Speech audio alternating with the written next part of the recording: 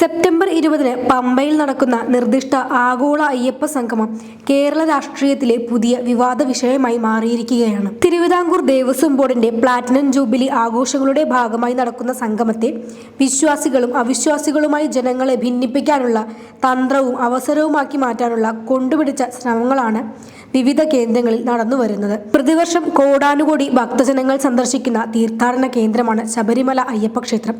വർഷം തോറും അവിടേക്കെത്തുന്ന തീർത്ഥാടകരുടെ എണ്ണം വൻതോതിൽ വർദ്ധിച്ചു വരികയാണ്. അവർക്ക് ആവശ്യമായ അടിസ്ഥാന സൗകര്യം പമ്പയിലും സന്നിധാനത്തിലും മാത്രമല്ല, സംസ്ഥാനത്തുടനീളം ഗണ്യമായി വർദ്ധിപ്പിക്കേണ്ടതുണ്ട്. ശബരിമല തീർത്ഥാടകർ കേരളത്തിൽ നിന്നുള്ളവർ മാത്രമല്ല, തമിഴ്നാട്, കർണാടക, ആന്ധ്രാപ്രദേശ്, തെലങ്കാന, ഗോവ, മഹാരാഷ്ട്ര തുടങ്ങിയ ദക്ഷിണേന്ത്യൻ സംസ്ഥാനങ്ങളിൽ നിന്നും പതിനായിരക്കണക്കിന് തീർത്ഥാടകരാണ് മണ്ഡല പൂജാക്കാലത്തും മറ്റ് പ്രതിമാസ ദർശന വേളകളിലും അവിടേക്ക് ഒഴുകിയെത്തുന്നത്.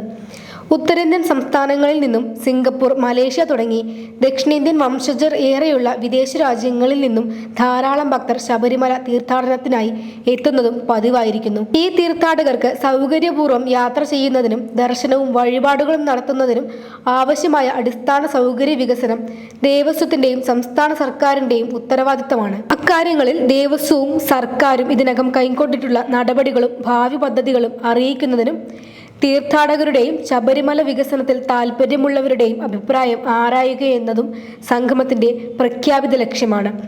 ശബരിമല വിമാനത്താവളം, റെയിൽവേ, അനുബന്ധ പ്രദേശങ്ങളുടെ വികസനം എന്നിവയും സംഗമത്തിന്റെ പരിഗണനാ വിഷയങ്ങളാവും. ശബരിമല ക്ഷേത്രത്തിലെ ആചാരങ്ങളോ വിശ്വാസങ്ങളോ ഈ സംഗമത്തിന്റെ പരിഗണനാ വിഷയമേ അല്ലെന്ന് തിരുവിതാംകൂർ ദേവസ്വം ബോർഡും കേരള സർക്കാരും സംയുക്തമായി പ്രഖ്യാപിച്ചിട്ടുമുണ്ട്. വസ്തുത ഇതായിരിക്കെ ആഗോള അയ്യപ്പ സംഗമത്തെ വിശ്വാസികളും അവിശ്വാസികളും തമ്മിലുള്ള സംഘർഷമാക്കി മാറ്റാൻ നടത്തുന്ന ശ്രമങ്ങൾ ദുരുപദിഷ്ടവും അപലപനീയവുമാണ്. പ്രതിവർഷം കോടിക്കണക്കിന് ഭക്തജനങ്ങൾ ഒഴുകിയെത്തുന്ന ശബരിമല തീർത്ഥാടനം കേരളത്തിന്റെ അടിസ്ഥാന സൗകര്യ വികസനത്തിൽ പ്രധാനപ്പെട്ട വെല്ലുവിളികളിൽ ഒന്നാണ്. ശബരിമല തീർത്ഥാടനം കേരളത്തിന്റെ സമ്പദ്ഘടനയിലേക്ക് നൽകുന്ന സംഭാവന ഉത്തരവാദിത്തമുള്ള ഒരു സർക്കാരിനും അതിന്റെ തലപ്പത്ത് വിശ്വാസികളോ അവിശ്വാസികളോ ആരുമായിക്കൊള്ളട്ടെ അവഗണിക്കാവുന്ന വിഷയവുമല്ല.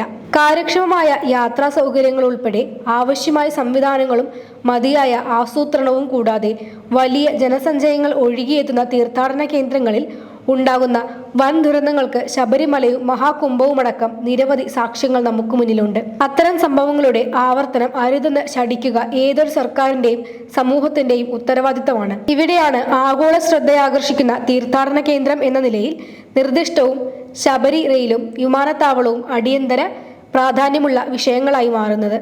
ഇക്കാര്യത്തിൽ വിശ്വാസികളാൽ നയിക്കപ്പെടുന്ന കേന്ദ്ര സർക്കാർ കേരളത്തോട് കടുത്ത അവഗണനയാണ് തുടരുന്നത്. ശബരിമല തീർത്ഥാടനം കേരളത്തിന്റെ മാത്രം വിഷയമല്ല.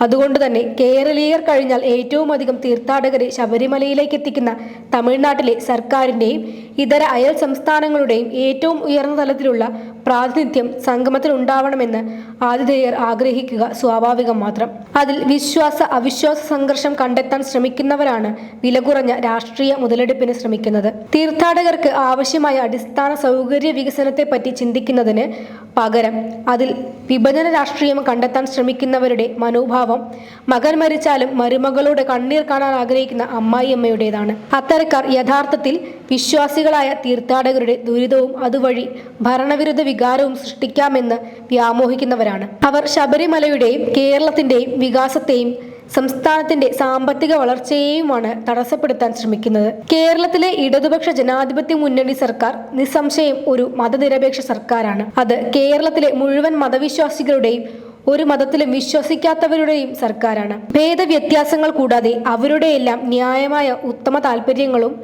അവകാശങ്ങളും സംരക്ഷിക്കാൻ LDF സർക്കാർ പ്രതിജ്ഞാബദ്ധമാണ്. അത് ആരാധനാലയങ്ങൾ തകർക്കുകയും തൽസ്ഥാനത്ത് മറ്റൊന്ന് പടുത്തുയർത്തി ജാതിയുടെയും മതത്തിന്റെയും അടിസ്ഥാനത്തിൽ വോട്ട് ബാങ്കുകൾ സൃഷ്ടിക്കുന്ന പ്രതിലോമ രാഷ്ട്രീയത്തിന് എതിരാണ്. വർഗീയവും ജാതീയവുമായ കലാപങ്ങളും ആൾക്കൂട്ട കൊലപാതകങ്ങളും വിദ്വേഷ രാഷ്ട്രീയവും കേരളത്തിന്റെ അതിർത്തി കടന്നെത്താൻ അത് ഒരു കാരണവശാലും അനുവദിക്കില്ല. LDF സർക്കാരിന്റെ ലക്ഷ്യം വിശ്വാസികൾക്കും അവിശ്വാസികൾക്കും ഒരുപോലെ അവരുടെ എല്ലാ പൗരാവകാശങ്ങളും സംരക്ഷിക്കപ്പെടുന്ന വികസിത കേരളമാണ്. അതുതന്നെയാണ് ആഗോള അയ്യപ്പ സംഗമത്തിലൂടെ കേരളം ലക്ഷ്യം വയ്ക്കുന്നത്. ശബരിമലയെ ആഗോള പ്രാധാന്യമുള്ള ഒരു തീർത്ഥാടന കേന്ദ്രമാക്കി മാറ്റുകയെന്നതാണ് സംഗമത്തിന്റെ ലക്ഷ്യം. അതിനെ വിവാദ കലുഷിതവും സംഘർഷഭരിതവുമാക്കി മാറ്റാൻ ശ്രമിക്കുന്നവർ ആ ലക്ഷ്യത്തെ തന്നെ അട്ടിമറിക്കാനാണ് ശ്രമിക്കുന്നത്.